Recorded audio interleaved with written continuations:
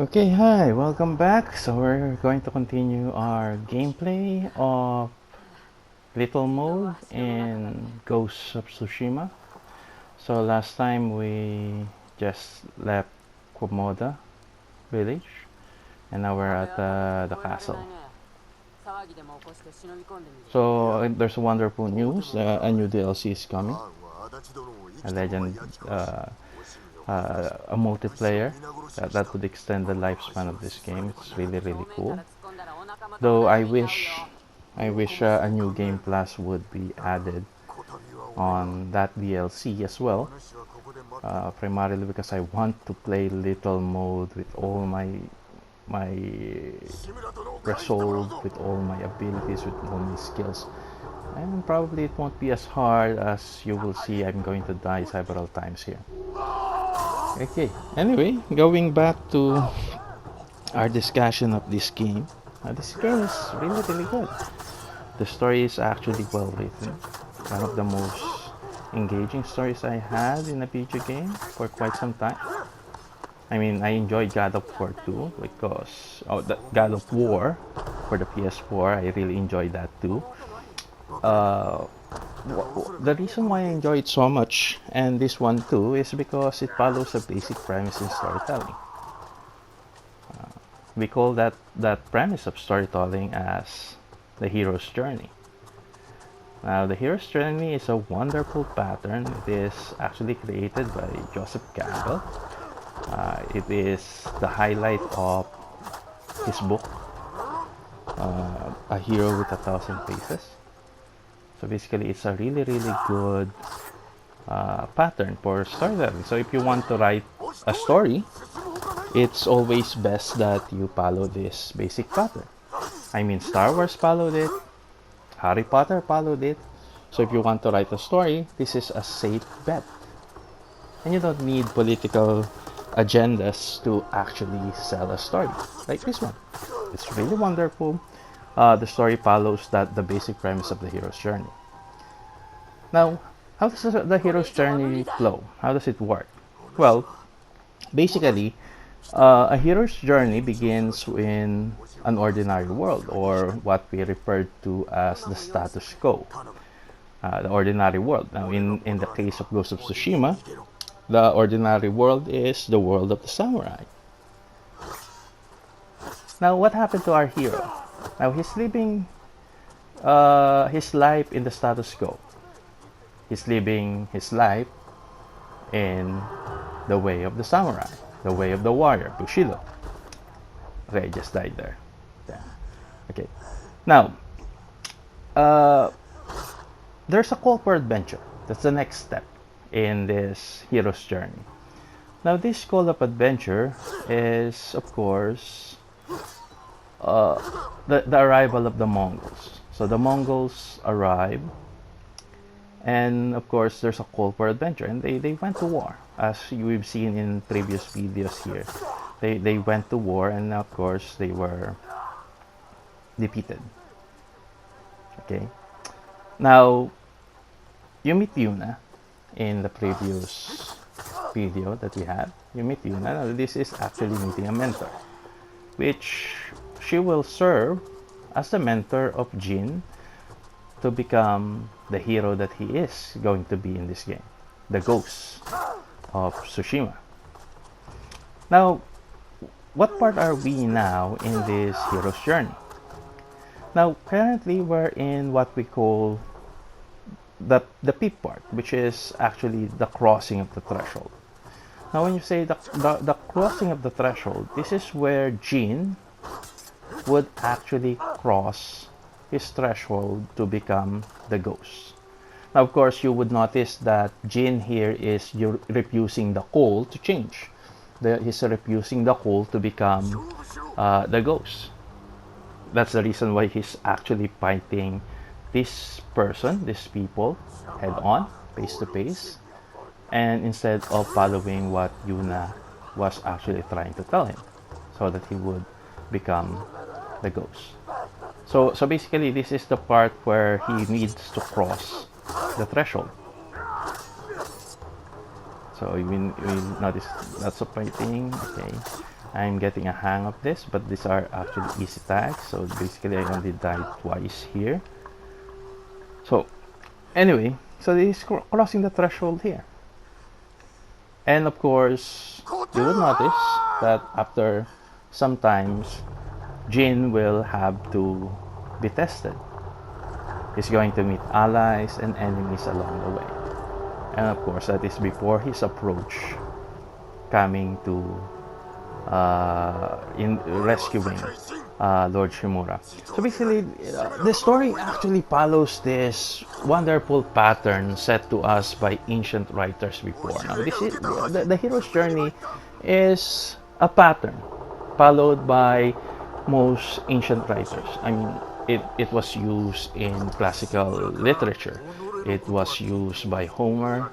It was used in Beowulf. It was used by even Adam Sandler's in his movie. So basically, the hero's journey is a wonderful take on storytelling. And the Ghost of Tsushima is no different. The Ghost of Tsushima is a wonderful story told the hero's journey. As we progress in the story of this wonderful story, this wonderful game, we're going to talk about the hero's journey more. But again, you would notice the elements there. So after crossing the threshold, he was refusing the call to adventure. Upon crossing the threshold here, he's going to meet allies. He's going to meet enemies. Allies here would be represented by Sensei Ishikawa, Yuna, of course. We have Masako-san, and of course the blacksmith, the brother of Yuna. So basically, we're going to see all these allies, and therefore, Jin is going to be built up. He's going to be built up to be a powerful warrior, applying new techniques because he's now accepting the call of the adventure, and of course he's going to die as well. Now, of course, in the hero's journey, sometimes the hero actually dies, sometimes the death is symbolic. Now, in Ghost of Tsushima, in case you haven't played it yet because you're living in a rock, he's going to die in a symbolical sense. We're going to tackle that when we reach that part, but of course, there's going to be a death in that sense. That's before we get to Act 3. And when we get to Act 3, you're going to see his symbolical death there, and how he embraced the mantle of the Ghost of Tsushima, which is again a cool thing. And of course, there's always that return. Remember what we talked about last time about the foreshadowing of on the last video. Now there's going to be a full circle here, and it's good that Sucker Punch didn't actually change anything in the wheel. I mean, if it's not broken, why fix it? The story is captivating because it's putting you on the shoes of the hero, and you're on a journey to actually develop your character, strengthen your character. Of course, this is a video game, and we will actually see how Jin is developed into a really, really good warrior, a sympathetic warrior, a wonderful character that we want to strive to become. Now, some people would say, okay, he's going to be an assassin. Well, yes, but he's doing it for his people. And of course, it's an endearing character for the Japanese people to play. And that's probably the reason why this game actually sells well. That this game actually sells well in Japan. Primarily because Japanese people could relate to Jin. By his desire to protect the people, his desire to actually defend his land from invaders, which is, I believe, to be Japanese quality. They desire they're very nationalistic, to a sense that they are always putting the interests of their country above else. And honor, of course. That's a wonderful thing about the Japanese. As you can see in this particular part of the scene, now this is not the symbolic death that I was talking about. Now he did somehow fell here, but this is actually the threshold that Jin had to cross. So basically, in this threshold, Jin is now crossing between his status quo, his warrior's code, his Bushido, the way of the warrior code, and crossing the line to become the ghost of Tsushima. This is that threshold. Now, you would notice, probably on our next video, you're going to see how he actually refused the call at first, but he would eventually give in, and of course he's going to let go of this code that he has. So you can see this wonderful literary element here that contributes to an engaging story. I mean, take a look at Star Wars. Isn't it engaging? Luke Skywalker going on a journey, or Harry Potter going on a journey. Now that's engaging storytelling.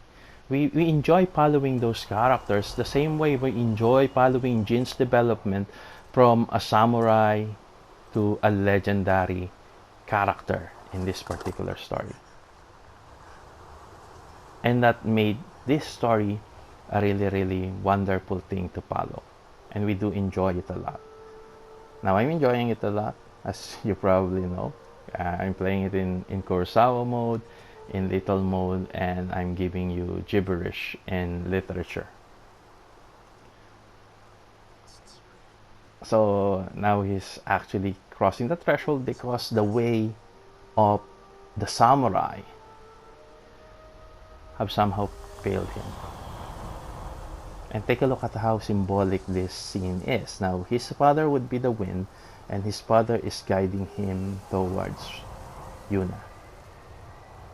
It's somehow telling Jin that Yuna will be a way to actually save his people.